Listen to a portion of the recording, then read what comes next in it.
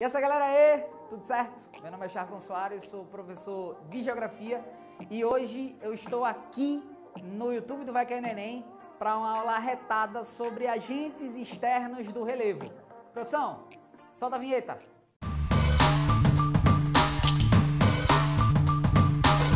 Erosão é um fenômeno natural. Esse fenômeno ele está atrelado a alguns agentes externos, principalmente chuva e vento. A gente entende que a erosão ela trabalha com a superfície da Terra, destruindo e distribuindo essa superfície. Então a gente vai entender que a chuva e o vento, eles são os dois principais porque eles acontecem em todo o planeta. Onde não venta, provavelmente chove. Onde não chove, provavelmente venta. Então a gente entende que esses dois são os dois principais agentes externos. A gente vai trabalhar alguns outros agentes também, como a ação marinha, a ação do gelo e a ação do rio também. Mas falando especificamente da erosão pluvial, a chuva, nos últimos meses aconteceram fatos na região metropolitana do Recife que chocou, a sociedade, os veículos de comunicação, a população em si. Por quê? Tivemos consequências das concentrações de chuva desde o final de maio, passando por junho e até o mês de julho, A gente vai ter uma sucessão de acontecimentos de chuva, seja na região metropolitana ou a região de Agreste. Mas a gente entende que a chuva, ela acaba sendo algo natural e que a própria estrutura hídrica, ela vai destruir a superfície. Água mole em pedra dura, tanto bate até que sedimenta. Imagina quando a chuva ela está caindo no telhado da sua casa em direção ao chão. Naturalmente, a gente vai entender que aquela queda ela vai formar buraquinhos. Aqueles buraquinhos, eles têm nome. São chamados de sulcos. Esses sulcos seria o primeiro estágio do desenvolvimento de erosão a partir da chuva. E quando a gente olha aqueles buraquinhos, a gente acha algo normal, a gente acha algo até interessante, Mas quando esses sulcos eles começam a se emendar, a gente percebe que a cratera ela vai aumentando. Isso, a gente está falando de uma região urbanizada. Se você vai em uma região natural, onde o solo ele é natural, a gente pode ter aquela transformação de sulcos evoluindo em erosões laminares, que é como se a lâmina do solo tivesse sido retirada. E essa retirada, ela vai causar justamente a aparição de outros buracos, esses maiores, e que pode até mesmo, de acordo com a estrutura do local, pode trazer consequências negativas, como por exemplo, estar na base de uma barreira, criou-se um buraco ali, a tendência é que haja uma instabilidade no ambiente. Isso faz com que a gente entenda que a água ela tem uma força muito grande. E quando se fala de água da chuva, a gente vai ver que ela não apenas bate de forma superficial, ela também tem a capacidade de infiltrar. Claro que em regiões onde as rochas são cristalinas, elas são mais rígidas, a água ela não infiltra com tanta facilidade. Já em regiões como a própria região metropolitana do Recife, as zonas da Mata Norte e Mata Sul de Pernambuco, o solo ele é sedimentar, então a tendência é que a água ela infiltre. E em regiões de barreiras, quando você tem a entrada da água, a infiltração da água nessas barreiras, a consequência não é outra, a não ser a queda. Você vai afofar o solo, afofa a barreira e, consequentemente, com o peso, vai haver o deslizamento de massa. A gente viu muitos desses acontecimentos se sucederem, Seja na zona norte do Recife, seja na zona sul, lá em Monte Verde. Então, esse é um processo muito comum. Mostra que a água é um dos elementos mais poderosos do mundo, Claro que em regiões de barreiras a gente vai ter também a evolução da erosão laminar, vai ser a vossoroca. E uma vossoroca, ela vai se colocar em uma área alta justamente para que haja o escoamento dessa determinada massa, dessa água. Quando ela chega, ela acaba acumulando nessa barreira e ela acaba descendo, abrindo cada vez mais clarões, aumentando aí a possibilidade de ter outros deslizamentos, né? Se a gente for olhar em direção à Vitória de Santo Antão, passando pela BR-232, a gente vai ver alguns clarões abertos justamente pelo derramamento de massa, pelo deslizamento de barreira. Aquilo ali foi a consequência das chuvas naquele período. A gente pode dizer que naquelas regiões, assim como em Monte Verde, assim como em outras regiões da metropolitana, né, da área metropolitana do Recife, tivemos aí erosões pluviais, tá? Através da chuva. Claro que o vento, ele vai trazer também uma certa erosão, só que o vento ele acaba sendo menos agressivo. Por quê? Porque é preciso que haja um tempo muito longo para que o vento ele possa dar resultado. A água não. A água, quando ela vem, ela bate, a gente percebe a destruição em pouco tempo. Então, o vento, ele trabalha um pouco mais lento. E outra, o vento ele não destrói. O vento ele serve de transporte. O que acontece? Uma estrutura rochosa está ali em pezinha, bonitinha.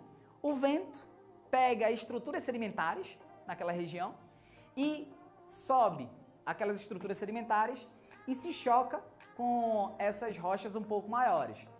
Aos poucos, essa rocha vai tendo uma base destruída, a base erodida, através do contato de outros sedimentos nela. E esse contato, claro, vai vir através do vento. A gente vai ter um transporte através do arrasto, o transporte através do salto ou através do voo.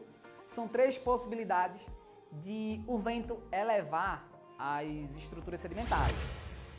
A diferença vai ser de acordo com o tamanho do sedimento.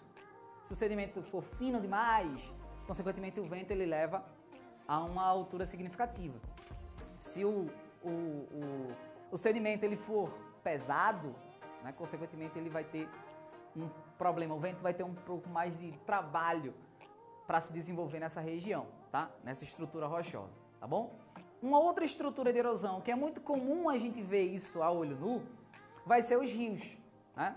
Muitas vezes os rios, o volume dos rios está atrelado a dois fatores. Primeiro, a gente vai ter o rio atrelado à chuva.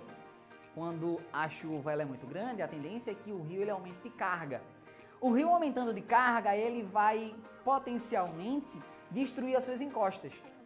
Quando o rio destrói as suas encostas, seria justamente esse o processo que a gente chama de erosão fluvial.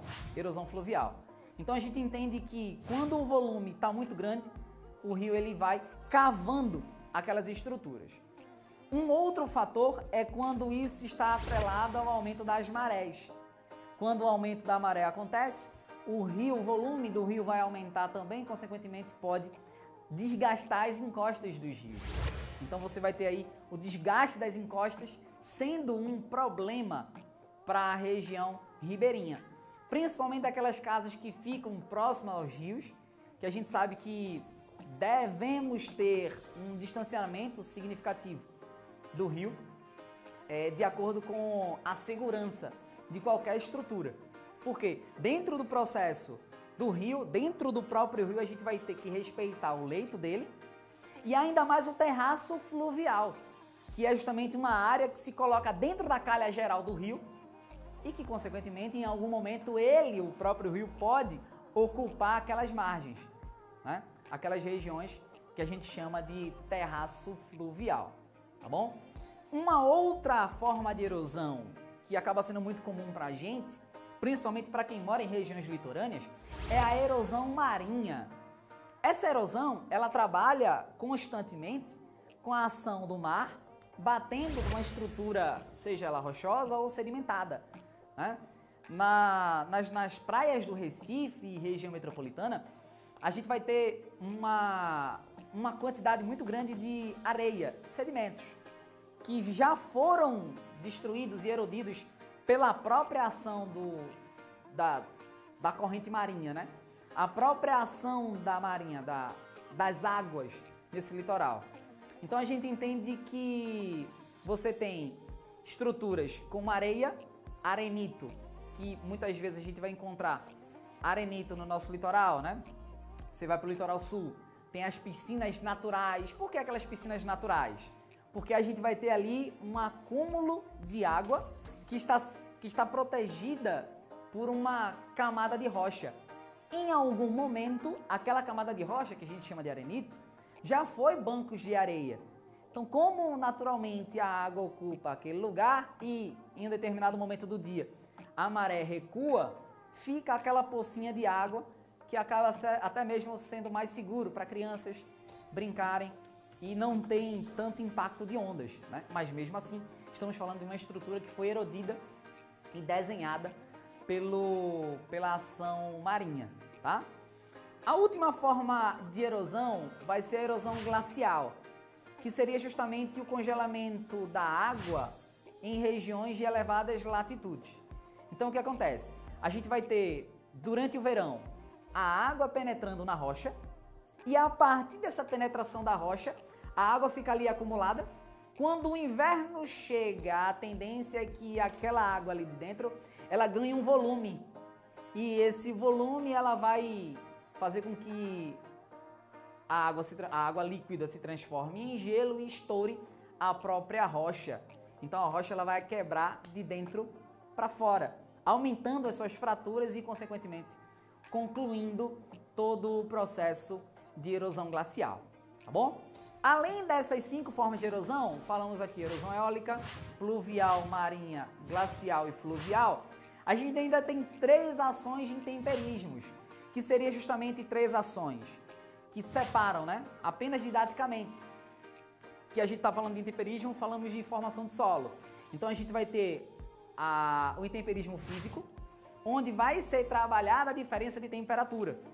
Principalmente quando se fala de sertão, a gente vai ter a diferença de temperatura durante o dia muito quente e de noite muito frio. Então a rocha ela dilata durante o dia e contrai durante a noite. Dilata e contrai, dilata e contrai. A rocha ela entra em exaustão e quebra. A rocha quebrando forma uma fratura que a gente vai ter com o processo de intemperismo, com o desenvolver dessa dilatação e contração, a formação do solo. Um outro intemperismo seria o intemperismo químico, onde a gente vai ter a ação da água, a água infiltrando na rocha. Naturalmente a gente entende que a água ela infiltra em regiões principalmente sedimentares, mas o mínimo que infiltra na rocha é essa quantidade de água que infiltra, ela vai minar a rocha de dentro para fora, destruindo e desconstruindo quimicamente a própria rocha. E por fim, temos o intemperismo biológico. Esse intemperismo biológico ele vai ser uma ação direta, seja dos seres vivos, né, com a ajuda da água. Esses seres vivos, na maioria das vezes, estamos falando aí de vegetais, plantas. A gente já deve ter visto, você já deve ter visto, passando pela sua rua, pelo seu bairro, uma raiz que estava numa árvore, cresceu muito e quebrou a calçada. Seria mais ou menos essa a forma de intemperismo biológico que a gente entende, tá? É o que a gente vai chamar de sistema radicular. A planta enraiza-se na rocha e, consequentemente, a tendência é que ela ganhe ramos e venha a fixar-se, né, cada vez mais no solo. Seria interessante entender que erosão e intemperismo são juntos, tá? A gente só separa para fins didáticos, tá bom? Curtiu? Então deixa logo o seu gostei aí, joga os comentários aí pra gente soltar fácil, tá bom? Outra coisa, segue o Vai Cair no Enem em todas as redes sociais, YouTube, Facebook, Instagram. Se você não tá inscrito no canal, inscreve aí, dá uma força pra gente chegar fácil, tá bom? Charlton Soares, até a próxima!